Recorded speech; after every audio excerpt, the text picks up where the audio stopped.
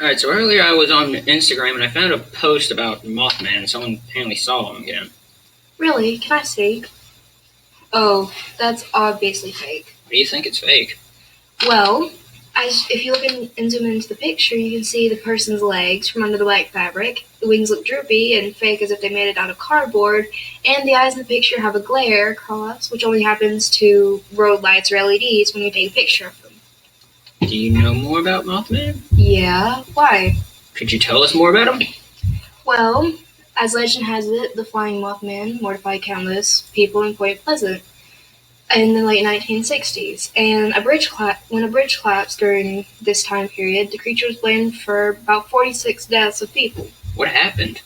Well, on November 12th, 1966, in Clendon, West Virginia, a group of grave diggers working in a cemetery spotted something strange. They glanced up from their work, and something huge had flown over their head. They said it was a big figure, possibly seeming to be a dark brown or black, and the grave diggers later described this figure as a brown human being. This was the first reported sighting of what people now call Mothman. It seemed to be an elusive creature that remains as mysterious as the night, and few witnesses are mortified from seeing it. That's interesting. Yeah, and imagine, just 3 days after the gravediggers' initial report in nearby Point Pleasant, two couples noticed a white-winged creature about 6 or 7 feet tall standing in front of the car they were sitting in. Eyewitness Roger Scarberry, I'm pretty sure that's his name, and Steve Mallett told the local paper, the Point Pleasant Register, that the beast had bright red eyes and about 6 inches apart, a wingspan of 10 feet, and the apparent urge to avoid the bright headlights of the car. According to the witnesses, the creature was able to fly at incredible speeds, perhaps going as fast as 100 miles per hour. All of them agreed the beast was a clumsy runner on the ground, kind of like me.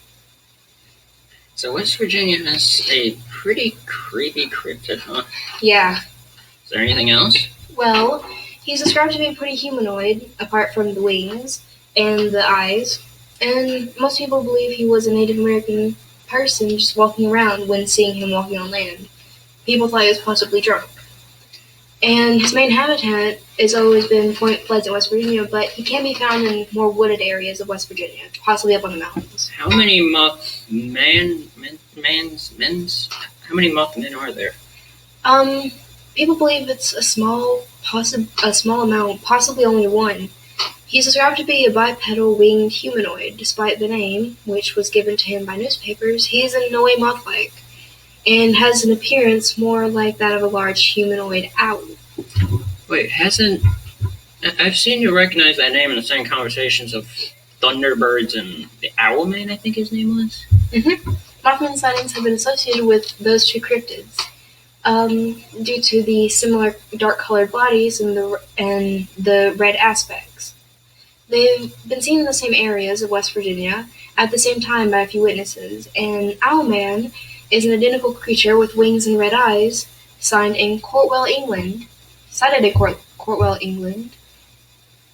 in 1976. There are also two legends, from Shanwi, that mention creatures closely resembling it, deemed Misiganwa and Welpi. In these legends, they describe Mothman is indeed similar to Bigfoot by ceremonial dress used during the bread dance.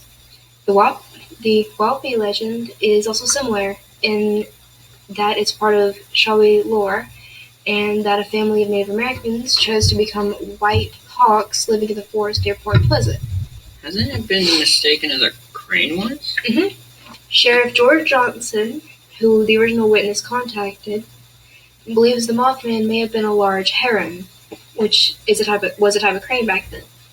Wildlife biologist Dr. Robert L. Smith at West Virginia University thought the Mothman was a sandhill crane, which the newspapers then reported on, but the witness completely disagreed.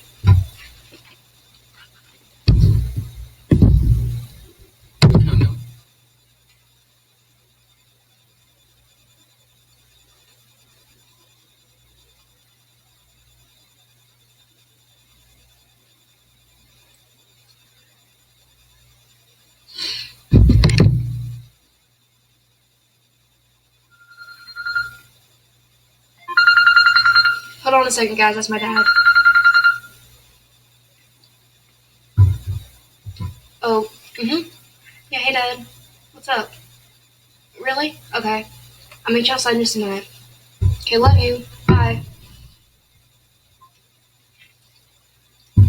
Sorry, guys. I've got to go. My dad's taking me skating. See ya. Bye. See you guys tomorrow.